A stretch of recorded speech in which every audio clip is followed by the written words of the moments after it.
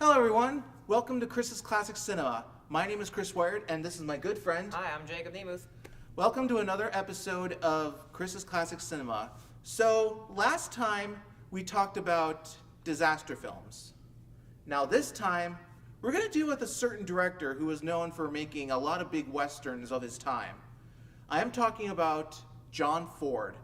Now John Ford was a big director. He still has the record for the most Academy Award wins for Best Director.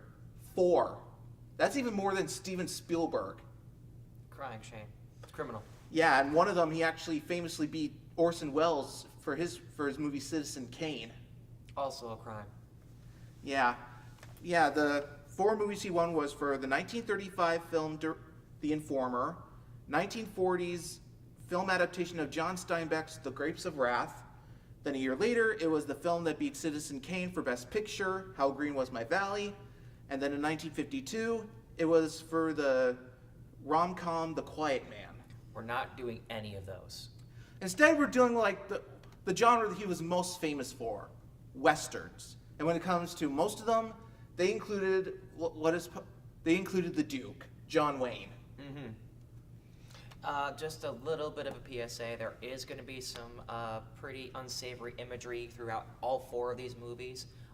We do not agree with that imagery whatsoever, and we just want to say that these are just movies, right? And this was around the time when it was the whole Cowboys versus Indians thing, and nowadays, cancel culture would be taking them out like that.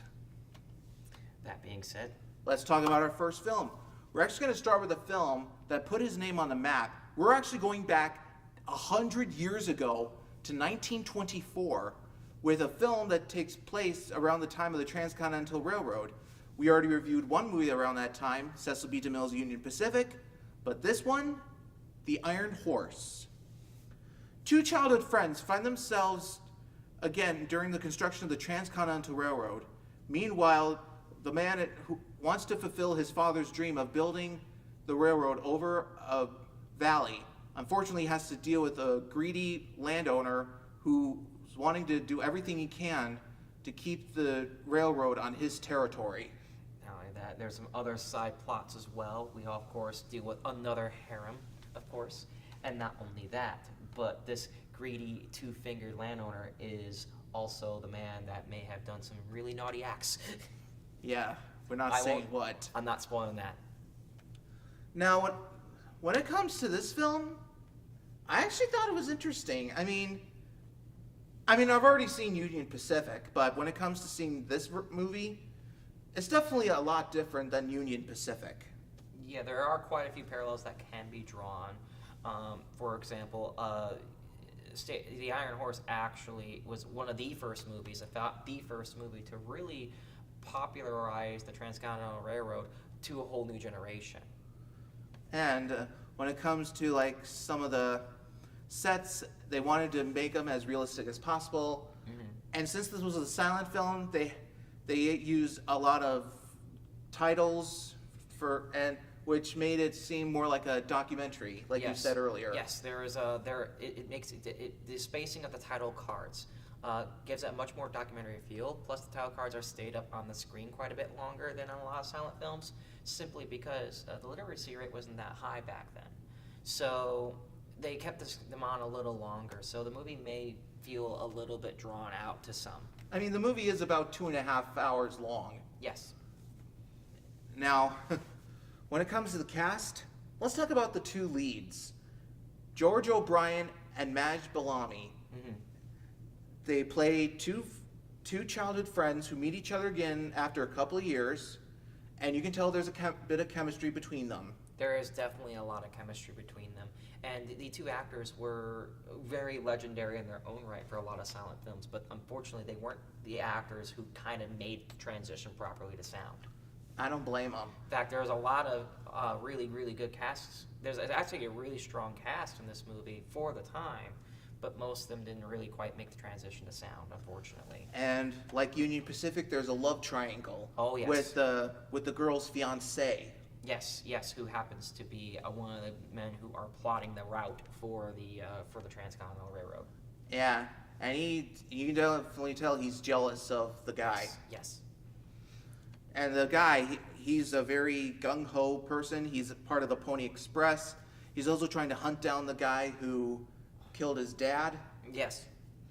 Yes, and it a lot of different small elements to the movie, and I think I enjoyed it more for the historic aspect of it, because it actually almost got more right, historically speaking, than Union Pacific. You know, they took a lot less liberties. They took a lot less liberties of stretching the truth than with Union Pacific. Yeah, but there are some tidbits here and there that aren't accurate. There's only really one I've noticed, maybe two. The And- big one would be right at the finale with the completion of the railroad. The title cards claim that the trains used are the real trains, but they're not. No, they are the same class of locomotives, and they are period correct, but they aren't the actual locomotives themselves. They just changed the livery of the locomotives to make it more authentic. Yeah. Now That's let's all- talk about the main villain. I mean, the first time you see him, he's in this huge fur coat. Oh, yes. Yes, it has to obstruct the view of the arm.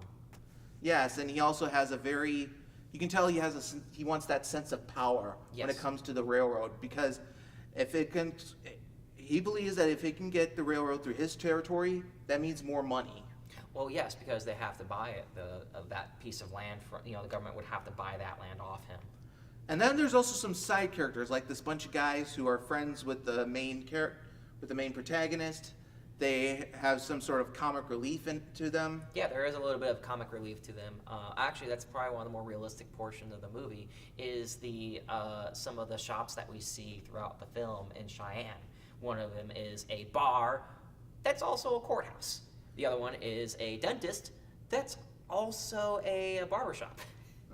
Yeah, And that was actually that was pretty common back then for men to, yeah, and certain then there's people to that take- one guy that was scared stiff of getting his tooth pulled out. Oh yeah, that was actually a really funny portion. I really like that. Or the point where during the accused in the murder trial scene, they brought up a law that was done a couple years prior, and it has a very funny name in it that I'm not allowed to say, but it's in all caps on my notes right below us. Yeah, but along with that, there's also that one lady who's basically a prostitute. Yes, that's who I'm referring to. The prostitute was the one that was accused of committing murder, and then the trial was ruled as an attempted suicide. And then there's that guy that wants to do, that's basically the lawgiver and the judge. He's just... Yes, fantastic, very flamboyant. I love that character. I absolutely love it. Yeah. Now, when it comes to production, this was big. And Oh, this was yeah. around the time when silent films were still trying to get that sense of epic scale. I mean, a year before, Cecil B. DeMille did his original version of the Ten Commandments. A year later, MGM would do a full film adaptation of Ben-Hur, which was one of the biggest films of the 1920s. You know, and of course, in typical grandeur fashion, it did go over budget considerably, actually. Yeah, and I mean, there's cast of thousands, there's full-size sets, elaborate costumes. They even brought in several workers from the Transcontinental Railroad, like the actual Transcontinental Railroad, because a lot of them were still alive. They brought them on set for cameo appearances. I mean, when it comes to like when it was completed, it was about a 50-year span. Yes, so a lot of the people that would have worked on the Transcontinental were actually still alive and well. And Yeah. were able to make cameo appearances. And it was mainly minority groups that made the cameo appearances. Yeah, and when it comes to cinematography, I thought it was really good. Yeah, I think it was the first movie to actually, was it the first movie to feature Monumental Valley? I don't think so. Oh, it was not, okay.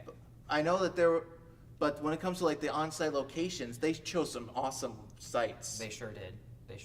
And all in the southern western, southwest. Yeah. Now, when it comes to the portrayal of Native Americans, it's aged badly. It has aged badly. I think in this case it's aged a bit better for this particular movie. They are portrayed as savages who are just there to wreak havoc and try and reclaim their land. Yeah, I mean, when it comes to that whole climax with the battle between them and the town citizens. Yes. I don't even want to go into that too much. Yeah, this movie does have some some pretty good action scenes in it. It does. It does have some pretty strong action scenes in it. And of course, this is pre-code. There would be those strong action scenes where they weren't. There was no fear of offending, or there was no fear of going too far.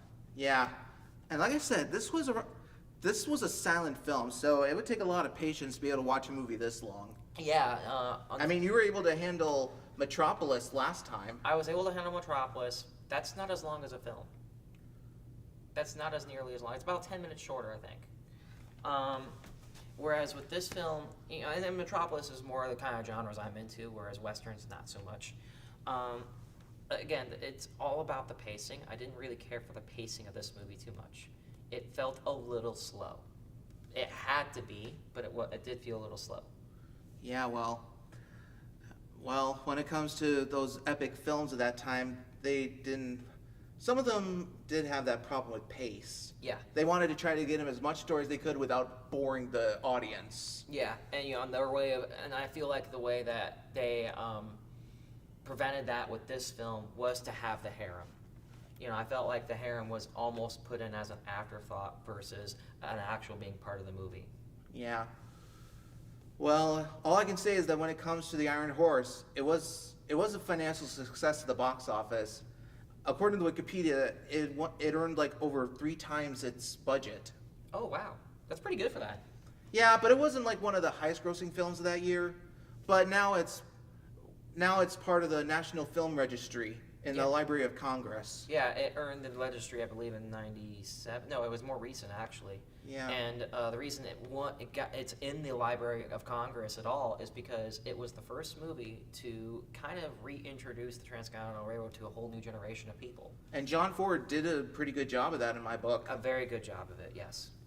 Yeah, and he already directed a lot of silent films before this, but this was the one that basically made him the guy to do Western films.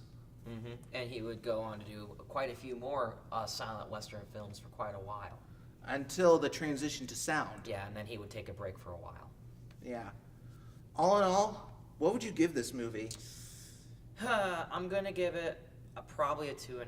Not because it's a bad movie, but the movie is aged to the point now where unless you're an actual die-hard film enthusiast, it's going to be difficult to enjoy. I'm going to give it maybe 3.5. I mean, it could have been much better in my book. But for what it is, it's an okay Western. Yeah. I mean, there are worse films than this. Oh yeah. There are, and of course that's partly due to age, though. I think a lot of my lower rating has to do with the age of the film more than anything. I mean, like I said, this movie's about 100 years old. It's even older than my grandparents. It's older than my great-grandparents. So that was our take of the Iron Horse. Now we're going to be doing a time jump to 1939. I already spoke about this before when we did Union Pacific. 1939 is considered the greatest year in Hollywood because there was big movies like Gone with the Wind, The Wizard of Oz, Mr. Smith Goes to Washington, and then there's this film. Along with Union Pacific, this was a film that basically was a milestone for how people would make Westerns. Oh yeah, it became an absolute blueprint for Westerns for the next 30 years. And John Ford, this was another film that put him on the map. Oh yes. The film, Stagecoach. A group of strangers find themselves in a stagecoach in the middle of the Old West. One of them happens to be a fugitive cowboy who's hunting down the men who killed his father and brother.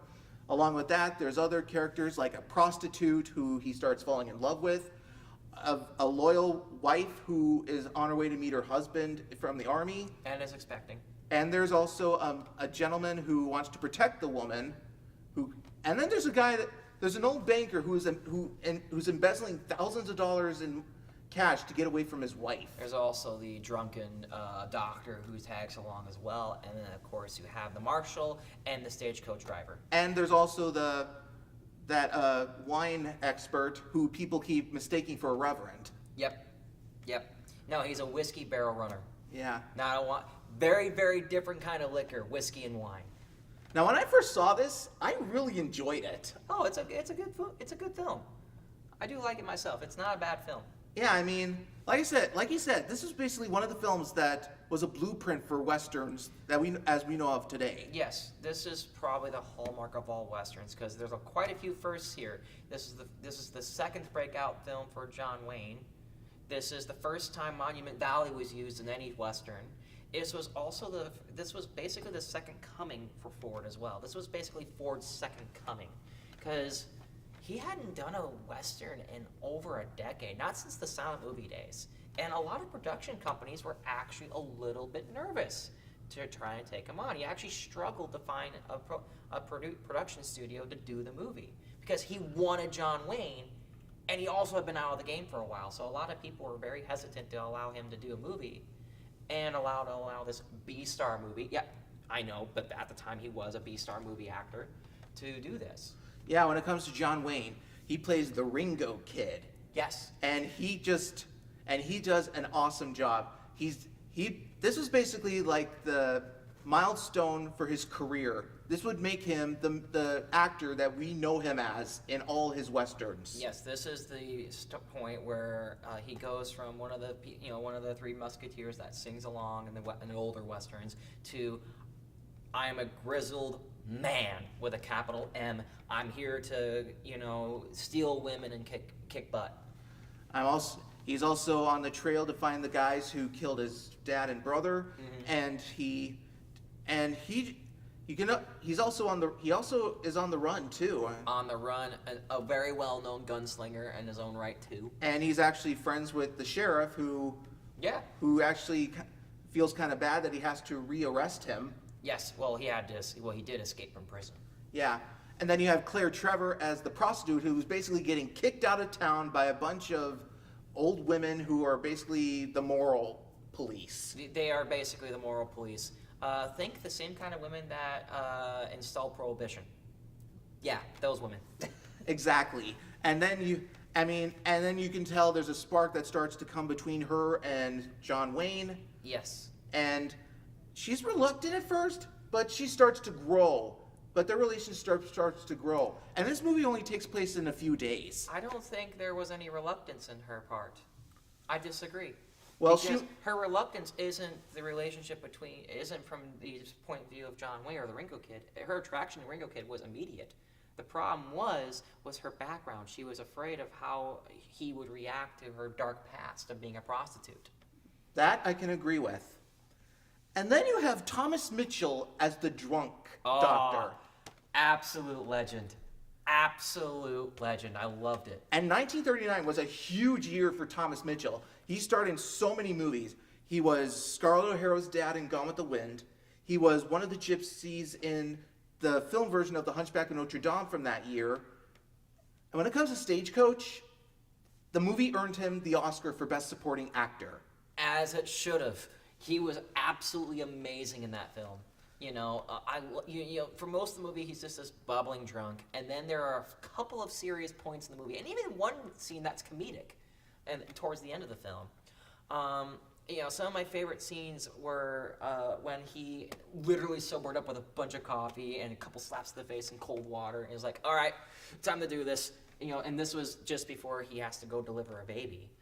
And yes, the baby that belongs to the woman who's wanting to reunite with her husband from the army. Yes. And then you had John Carradine as the gentleman who goes along with her because he wants to protect her. He worked with her father in the military. Yeah, when they were fighting in the Confederacy. Yes, and he was the Southern gentleman. The Southern gentleman and a gambler, Yes, and then you also have the banker who's embezzling like $50,000 in cash to get away from his wife.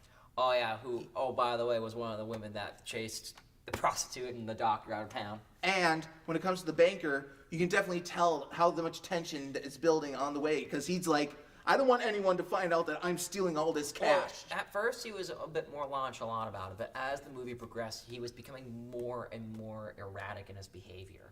Especially when, shortly after birth, he's like, all right, time to go. And everybody's like, the woman just gave birth. Man, calm down. Give it a day. Yeah, and then you have the guy who's the whiskey expert. Oh, yes. And people keep mispronouncing his name. They keep thinking he's a reverend. Not only that, but he was very much quiet and everything. He was one of the more quiet, standoffish type. But again, his character began to grow a bit more bullish as the movie progressed. And then you have the cab driver who is very neurotic, especially with the idea of getting attacked by Native Americans. Oh yeah, yeah. I actually found out that guy was actually the original voice of Friar Tuck in Disney's Robin Hood. Mm-hmm. Yeah, and and that's another thing too, is Geronimo, who was the main antagonist, one of the main antagonists of the film. He was the lead Indian chief, war chief that was chasing after the stagecoach. A real person. Geronimo was an actual war chief from the time frame. That was an actual real person Yes. that was being depicted. Yes, and when it comes to the portrayal of Native Americans, it hasn't aged No. that good. Again, I think this is one of the better case scenarios in the case of Ford. But the fact that he was able to draw from an actual a notorious Indian war chief from the time frame, it does show that he did do a little research and knew his stuff. Yeah. Now, when it comes to the production design, they did an awesome job. Oh yeah. I mean, the sets just scream Old West. The costumes are very authentic, and the cinematography is beautiful. Absolutely amazing. I mean, especially the ways they shot Monument Valley. Oh yeah. That would become a staple for John Ford movies. He would use Monument Valley in almost all of his westerns. Basically every single one of them, and he wasn't the only one. It was the movie that popularized the film location, and it was actually a very unpopular film location at first because of the really extreme weather and the long hours it took to kind of get everything set up and taken down. A lot of the crew and actors and actresses actually hated it because of how harsh the climate was. But nowadays, whenever you see Monument Valley, you instantly think this is the Old West. Exactly. And I mean, I even found out that there's a hotel right on the location where you can just see that scenic shot of the valley. I wouldn't be surprised if that hotel is used more by Hollywood than anything else. Well, just to kind of rent out. and for I people also for I main also know goals. there's like a certain spot that's marked because John Wayne would love to be at that spot and just watch the scenery. Yep. Yeah, I mean the action sequences, they are very good, and the stunts, man. They were really, really good stunts for the time. Yeah. Actually, the stunts were so good that some people even got injured. Like, there were some actual authentic stunts that were almost too extreme. Yeah, and when it comes to that one stunt with the guy that seems to get run over by the horses, that was a very popular stuntman at that time. His name was Yakima Canute. He actually was a stuntman. He was actually Clark Gable's stunt double in Gone with the Wind. Yeah, during the Burning of Atlanta sequence. Oh, no kidding. All right. Yeah, that was one of the first scenes shot in the film, and Clark Gable wasn't there, so they used Yakima Canute to take his place. All right. That one I didn't know. Yeah, he was a big stuntman of his time. And the stunts he does are, my God, you couldn't pay me to do that. Nope. I would not. You could not pay me $1 million to get run over by a bunch of horses and a stagecoach. And Those then are not light vehicles. And then you have the climax when the Ringo Kid finally catches up with the guys he wants to shoot. It basically was the milestone of the shoot down. Oh yeah, and it's most of it is done off scene, but immediately preluding that is my favorite scene in the whole movie, which is the drunken doctor kind of standing up to the three gunmen and being like, "I'll have you indicted if you walk out with that shotgun," with literally no badge, no gun, nothing, just immediately done it, and he's like, "Okay, fine." And then they all walk out without the gun, and the doctor tells the bartender, "Don't ever let me do that again." Which I thought was amazing. Yeah. Like, yeah, that was great. Yeah, I mean, the cast in this, it's one of the best casts I've ever seen in a Western. Oh, yeah. And like I said, this was the same year as Union Pacific. Mm-hmm. And like Union Pacific, it was a success at the box office. Wasn't one of the top 10 highest, but it did receive 7 Oscar nominations, including Best Picture. John Ford was nominated for Best Director. Was also nominated for Best Cinematography and Best Film Editing. It ended up winning 2, Best Supporting Actor for Thomas Mitchell and Best Score. Oh, yeah, it was a good score, too. That was a really, really good score. Yeah, the score was mainly a lot of old Western songs merged into one amazing soundtrack. Mm-hmm. that just basically brings the Old West to life. And when it comes to the American Film Institute, they named it one of the top 10 greatest westerns ever. Yep, it's easy to understand why. I mean, even now it's still cited in a lot of film theory classes. It's still cited as one of the greats. Yeah, I mean, when it comes to this movie, I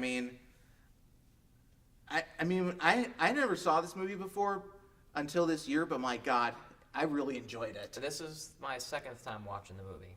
I saw it once forever ago when it re-aired on PBS, and then I saw it again for this. Yeah, and John Ford, man, if it wasn't for Gone with the Wind, I think he could have maybe gotten nominated. Oh yeah, easily. He could have won Best Director. Yeah. Overall, What would you give this? this is going to be a bit controversial. I'm only going to give it a 4. I'm only giving it a 4. I did like it, but it's not, again, I'm not that much of a Western guy. I liked the movie. I did. But it's not a kind of movie that I would go out of my way to watch. I'm giving it a 4 too, because I really enjoyed this. I wouldn't mind watching it again, even though I'm not really into Westerns. Yeah, I'm not either. And there are some elements of the movie that are a bit of a yikes. Like, there is a couple of scenes that were that aged really, really poorly. Like, there was I'm not going to get into it. We'll talk about it later. But yeah, there are a few movies that make me go, whoa, that's a bit much. Yeah. So that was our take of Stagecoach. Now we're going ahead to 1956 with what the American Film Institute named as the greatest Western ever made. And this was a film that was it might not have been that big back then, but now it's iconic when it comes to Westerns. Yes. Especially with John Wayne and perhaps one of his most iconic roles. Yes. The movie, The Searchers. Now, The Searchers is a bit of a harder movie to watch. We get John Wayne, who's the main character, who reunites with his family after 7 long years fighting in the American Civil War. After a quick reuniting, he is enlisted by the Texas Rangers to go catch some Native Americans. However, it ended up being a trap, and the Native Americans ended up slaughtering the whole family and capturing their 2 youngest daughters. John Wayne's 2 youngest nephews. Nieces, I'm sorry. And so he spends the next 5 years hunting down the Native American tribes to vindicate the family, but also to hopefully bring their nieces home safe and sound. Yeah, well. It's a very hard story. It is. Yeah, I mean, this was dark for a Western. I Yes. didn't expect it to be that dark. Yes, it was a very, very dark film. But I can definitely see why the American Film Institute would rank it way up there. Yes. And there are some.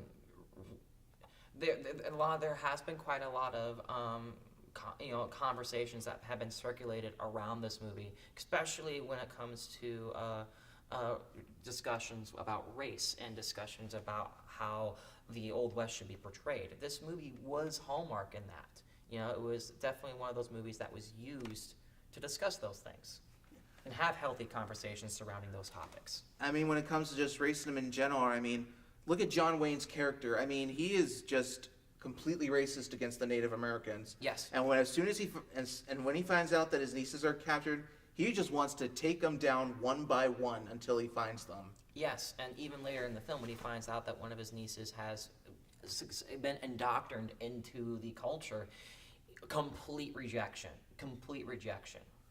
And then you have his adopted nephew, who was adopted into the family. Yes. He claims he's 1/8 Native American, and at first he's like, "You are not my nephew." Yes. But as the years go by, they start to form a strong bond. It's a strong bond of mutual respect, I feel like. They do butt heads a lot throughout the entire movie.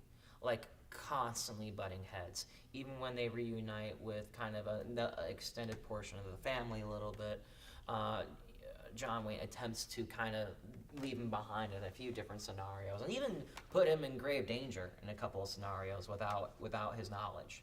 Yeah, I mean, you have the side characters, like there's the Reverend that's also the captain of the Texas Rangers. Yep. There's also that one guy he's basically like the crazy guy who all he wants is to be in a rocking chair. Yeah, that'd be Moses. Yeah, Mose. Mose, yeah, Mose. That'd be Mose. He ended up being instrumental in in a good chunk of the film because he ended up being captured, but then released and was able to kind of provide information. And then you have Vera Miles as Lori, the Yes. Marty's girlfriend. Yes. You can tell that she just wants to settle down, but he's wanting to find his adopted family, and she doesn't want to be left behind. Yes, very much afraid of being the old maid, and even turning to marrying a potential suitor who was part of a mariachi band. And he was also somewhat of a dimwit. Yeah, a little bit of a dimwit. Definitely, I wouldn't say he's more of a dimwit, just more of a character that you really couldn't fall for. Yeah. I mean, and then you have John Wayne's family. I mean, at first you can see how happy they are to have him back. You have the youngest niece who is abducted, and like he said, she becomes part of the tribe, and John Wayne is just completely against it. Yes, yes. Even at the peak of the movie, when he goes and captures her to bring her back home, you're almost thinking, don't do it, in terms of like pulling the trigger and ending her. But turned out, no, he scooped her up and then took her back home. So there is a happy ending in the movie, but Yes, and I'm glad of that. Or else this would have been an extremely dark movie. like this is one of the few times where I'm gonna like, okay, just to kind of salvage this, I will spoil it. There is a happy ending. So. And then you have the Native Americans and when it comes to their betrayal, it is aged not that good. It is not aged very well at all. There is some truth behind it. This movie was based on a couple of true stories that happened throughout the 1800s. There are some, there are sightings. Have been real encounters of Native Americans raiding a small ranch, abducting the young, and then indoctrinating them into their tribe. That has happened a couple of times. I'm pretty sure nowadays people would consider that Stockholm Syndrome. Yes, yes. And, but... Which, by the way, is basically if any of you don't know what Stockholm Syndrome is, basically it's when you start feeling a mutual attachment to your captor. Now, so there are some more lighthearted facts about this movie. The first one is that the original star was not supposed to be John Wayne. Who was it then? It was supposed to be Fess Parker, who was Davy Crockett. Ah, yes, who was very popular with Disney at that time as Davy Crockett. Yes, except Disney literally said no. Walt Disney himself literally said no to Ford when asked if they could let him go for a while to make this movie. And Parker didn't even know about this exchange between Disney and Ford until several years later, and then later remarked that was one of the worst career reversals that ever happened to him. Well, it was, he was a big star for Disney at that time. It was. It wasn't for him, you wouldn't have seen kids all over with those raccoon hats. Yes, yes. So for a little moment there, it would have been that either he was going to be a side character or the main star. It doesn't really say he just wanted Ford just wanted him to be the star of the movie, one of the stars of the movie. Yeah. This movie was also filmed in VistaVision, which is very, very popular style of film at the time. It's analog widescreen, basically, 16:9. Yeah, the basic widescreen we're using right now. Exactly. And it was very popular. It originally started with Paramount. It started with Paramount. It was used in many different films. Another film that used VistaVision that a lot of the audience will know about is Star Wars. Star Wars also used VistaVision. And along with that, it was used with a lot of Paramount films. Like it was used for the Ten Commandments, from Sesame DeMille. It was also used in a lot of Hitchcock movies, like Rear Window, Vertigo, Psycho. Mm-hmm. Mm-hmm. Yeah, it basically was a staple in cinematography for a number of years, and this was like the key Western that was able to popularize it. Yes, later on you would have a lot of different Westerns that would use it. I can't name any at the moment, but... Yeah. So it was a very popular style production for the time. Now, when it comes to the production value, just Second like to none. Yeah, they did the cinematography is just beautiful. It's an amazing cinematography, and the way that the story itself unfolds really draws emotions out of you. You know, so it is an emotional film as well. Yeah, and here's the thing: it's supposed to take place in Texas, but they use Monument Valley as a filming location, and that's on the border of Utah and Arizona. Yeah, and it's kind of ironic too because it takes place shortly after the Civil War, and it's found that most of the people in the film are pro-Confederate, which is also a little bit jarring. Yes, that is true. But also, you can tell that there's. But also, when it comes to the cinematography, I mean, the colors are just so vibrant. Oh yeah, very very rich colors. The costume design for everybody was really vibrant. You know, the Native American costume set was really good. A lot of really rich reds, lots of with blue laced in as well. Yeah, and then when it comes to the sets too, I mean, they do a great job of bringing the Old West to life, just like they would do like almost all westerns. Yes. Well, again, it goes back to Ford's experience in Western. Ford, you know, had been doing Westerns for so long that it's basically a formality to him at this point. You know, where he's now doing Westerns for over 30 years in this stage of the game. Yeah, and just using Monument Valley as a location too. I mean, he used it for another color film before. In 1949, he directed a film that was shot in Monument Valley called She Wore a Yellow Ribbon with John Wayne. Yep. And when it comes to this film, surprisingly, it didn't get any Oscar nominations. It's easy to see why, even now, it has aged quite poorly. And there are a large number of films that were doing really, really well at the time as well. Yeah, I mean, there was Sesame DeMille's The Ten Commandments. There was the Best Picture winner, Around the World in 80 Days. There was also the very popular musical film, The King and I, with Yul Brynner. Yep.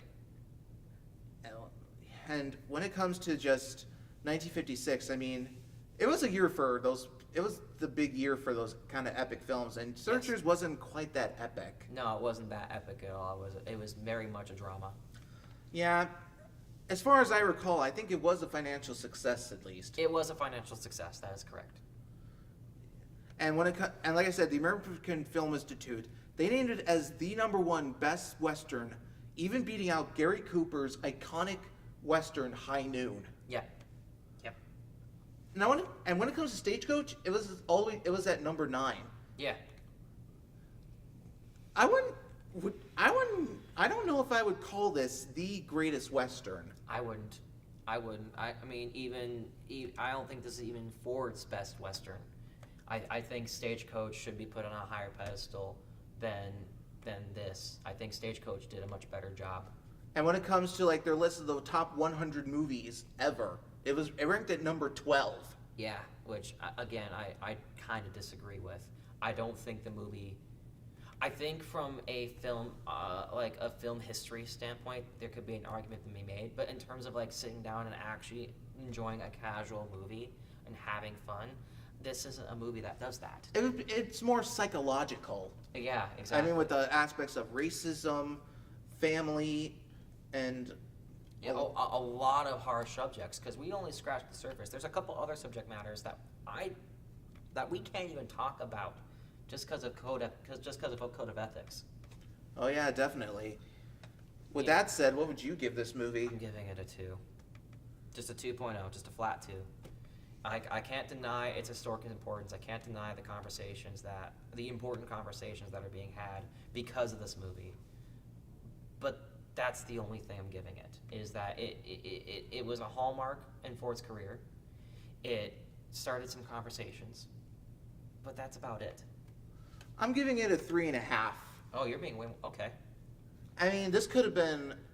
I mean, I can see why a lot of people consider it the best, but it's not the best to me. I mean, No. I saw High Noon, and I enjoyed that a lot more than The Searchers. Yeah, I enjoyed Stagecoach, Union Pacific, and Iron Horse more than this. So I can name several westerns that are better than this in my book. I mean, nowadays too. I mean, you have. Now, when it comes to John Ford, I mean, he could have. I get why this was considered like one of his magnum opuses, but I definitely think Stagecoach should take that title. I think so as well. I think we're both in agreement about that. Yeah. So that was our take of The Searchers. For our final film, we're going ahead to 1962 with what was one of the biggest films of the 1960s. John Ford didn't direct this alone.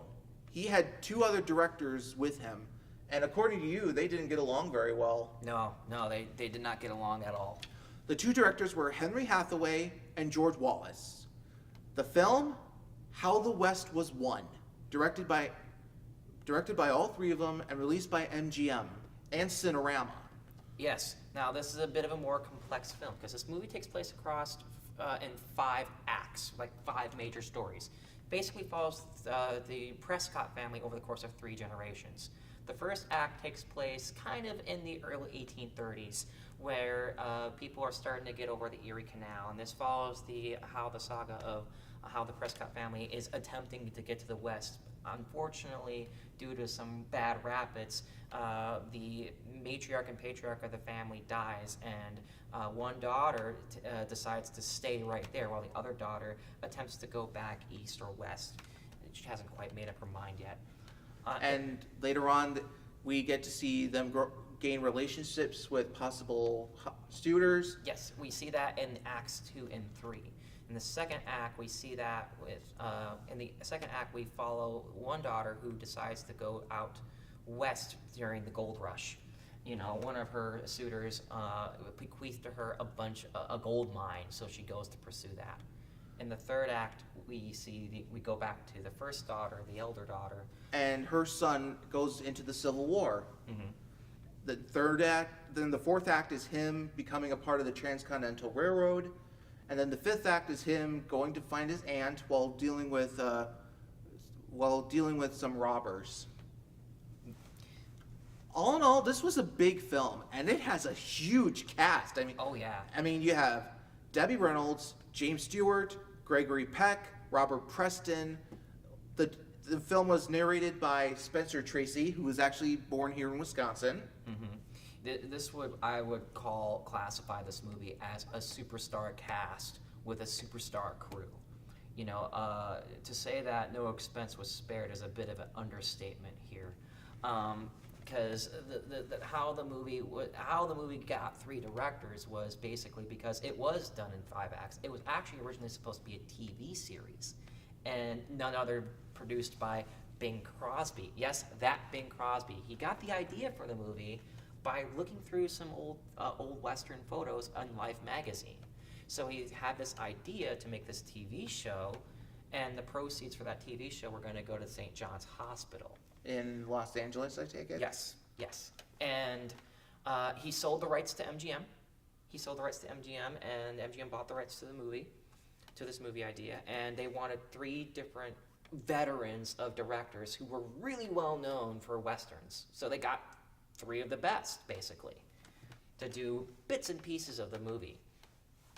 There would be a little bit of drama with the production of the movie because for a couple of reasons. The first one is Cinerama.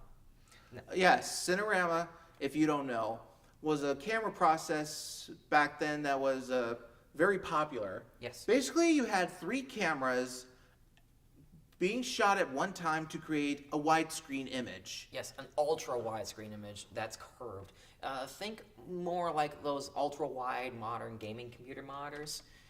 Computer monitors now, a lot of computer monitors will share this aspect ratio, but back then, nothing else could touch it in terms of visual fidelity. And before they started doing like feature films like this, they were mainly doing documentary films. Some of them were some of the biggest films of the 50s, like This is Cinerama Holiday, 7 Wonders of the World. Yeah, and MGM was really hungry to do something like this because they had got the rights to produce 4 of these films, and this would be one of them. Yeah, another one from a year earlier was actually a fantasy movie called The Wonderful World of the Brothers Grimm. Yes, so this would be the second in the series of 4 Cinerama movies that MGM would do. And when it comes to Cinerama, you can definitely tell it's shot by 3 different cameras. There are some points where, yes, you could tell, but not through the fault of the cameras. It's actually not the fault of the cameras. It's more along the fault of the directors and the set and the actors and actresses. See, the way that the cameras are staged means that the set has to be done in an unnatural way. since you have 3 cameras filming at once, you and I would have to be like a couple feet further and facing different directions. But when you slice all 3 cameras together in post, it would look natural.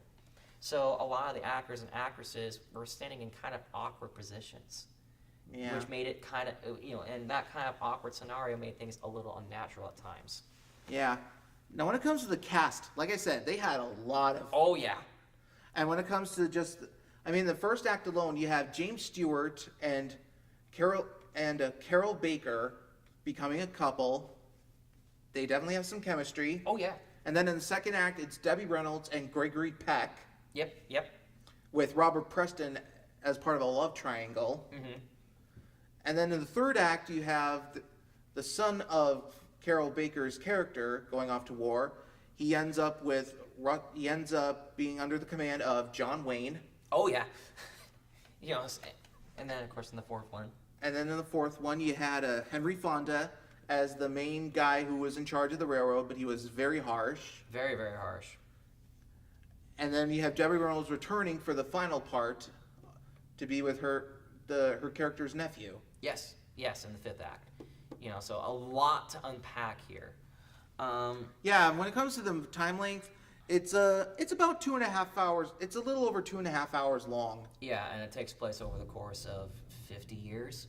Because we're in the 1830s at one point, and then by the end we're in the 1880s. Yeah, and then you have Spencer Tracy as the narrator, and he basically just tells this grandiose idea of what the Old West was. And how it was conquered. Yes, and I gotta say he does an impressive narration. Oh yeah, he did a very, very good job of the narration. And it was one of my favorite aspects of the film was actually the narration.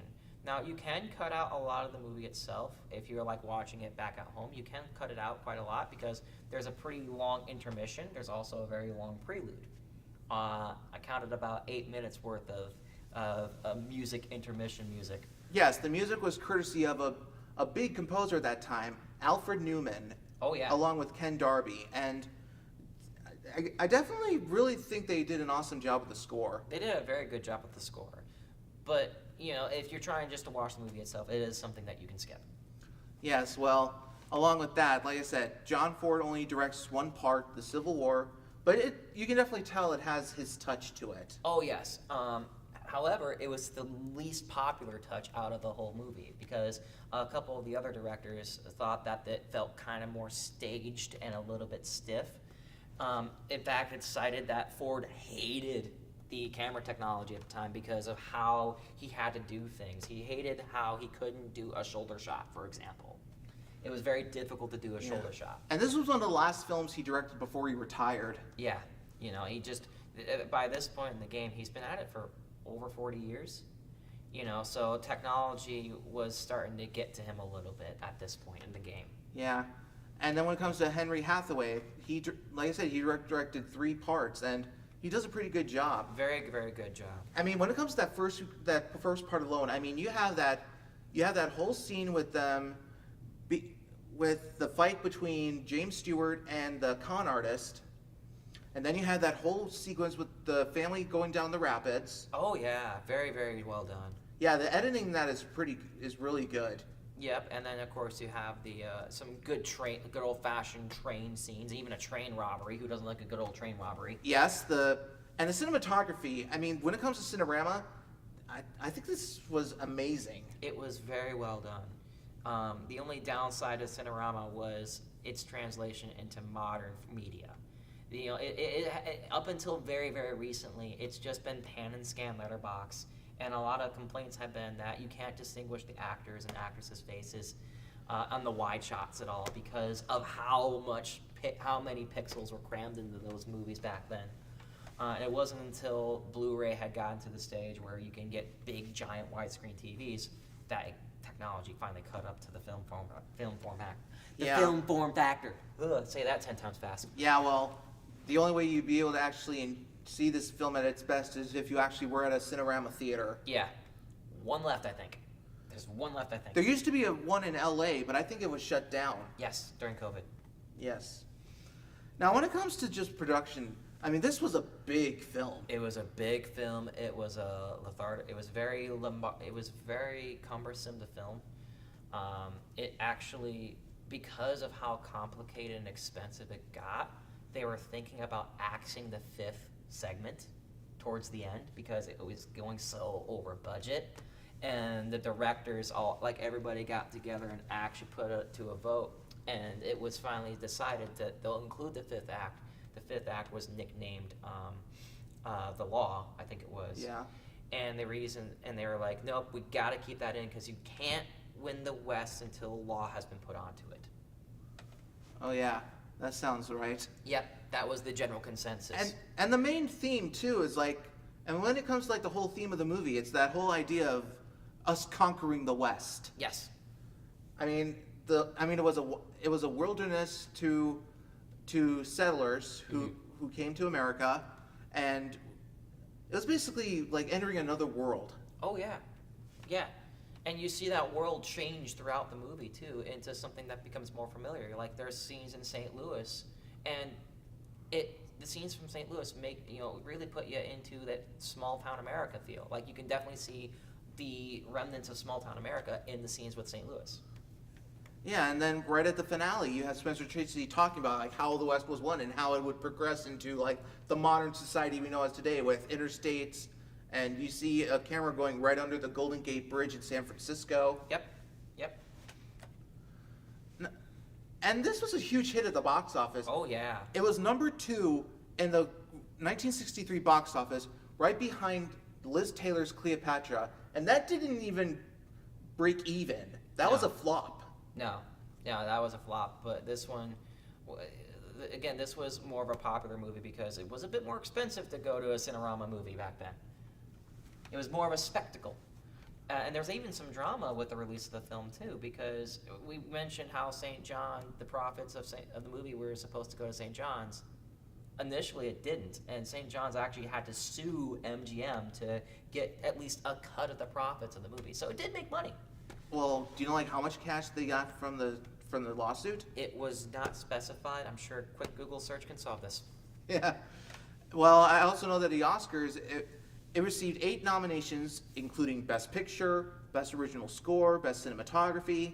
It ended up winning 3. Best Original Screenplay, Best Film Editing, and Best Sound. Yes, I would bet that the editing and sound has to do mainly with the technology than the actual way things were done. Because again, very new technology. Personally, I think it should have won for cinematography. Oh yeah. The winner that year was Cleopatra. Crime. That's a crime. I agree. I think that this movie should have definitely won that because just the nature of the cameras themselves really are supposed to showcase wide-angle shots. In fact, there was even a general rule for the movie: film as much outdoors as possible.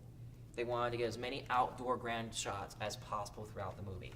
And I don't blame them. I mean, those wide shots of Monument Valley at the end. Oh yeah. They wanted, and when it comes to just Monument Valley in general, I mean, personally, I want to go there. That's on my bucket list thanks to these movies. Oh yeah. And the best way to view it is through this movie, I think. Especially now since technology's gotten good enough where we can actually enjoy the movie for what it was meant to be enjoyed as. Yeah. When it comes to the American Film Institute, I found out that when it comes to the film score, it just made it into their list of the top 25 film scores. Oh, I'm going to say 23, because that's my favorite number. Actually, it was 25. Darn! Okay.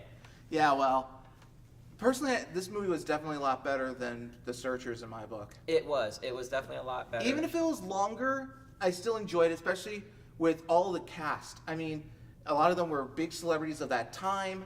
I mean, James Stewart, he had already done a lot of Westerns. Now, do you think that this movie may have suffered from too many cooks in the kitchen syndrome? We have 3 directors after all, and from all accounts, the production of the movie was, again, a real pain in the arse. So I think that some aspects of the movie, while on the surface, may have suffered a little bit because of too many cooks in the kitchen syndrome. Well, I can understand why they kept butting heads. I mean, when it comes A lot of them were veteran directors.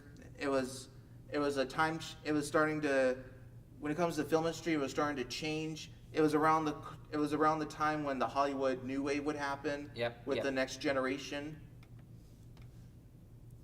I think I can understand why you'd say that, but I still enjoyed this movie. It's still nonetheless. an enjoyable movie, but I do think that there are some aspects that could have been done better, and I think part of that is partly due because of the lack of knowledge with Cinerama, and another part of it is because a lot of the cast and crew and also the producers were butting heads so much. Yeah, I mean, this was around the twilight era of Cinerama. They would stop using it by the end of the 60s. Yeah.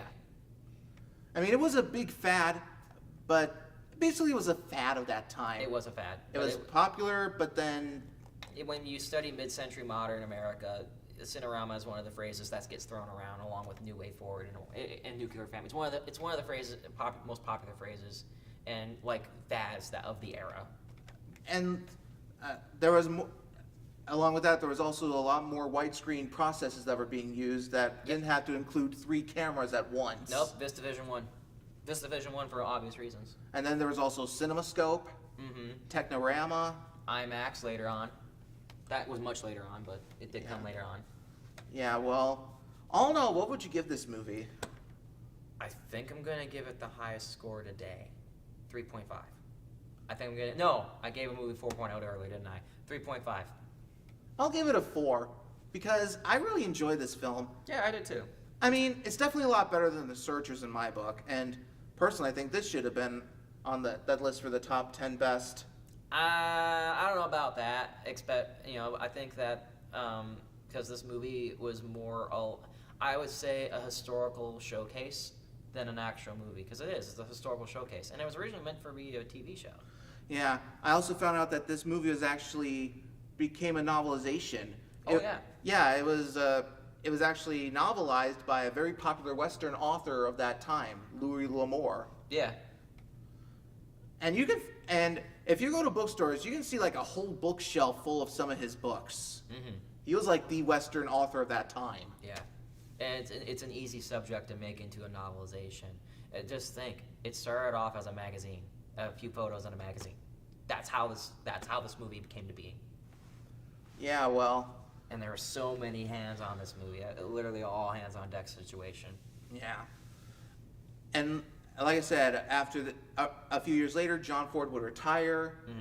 He would have 4 Oscars for Best Director under his belt, and no one has beaten that since. No. Not even Steven Spielberg or any other big directors. No. I think in summary, what can be said here is if you really want to get into Westerns, the 2 names that you need to search for when you're looking at getting into the Western film genre is Ford and Wayne. You want a Ford-Wayne film.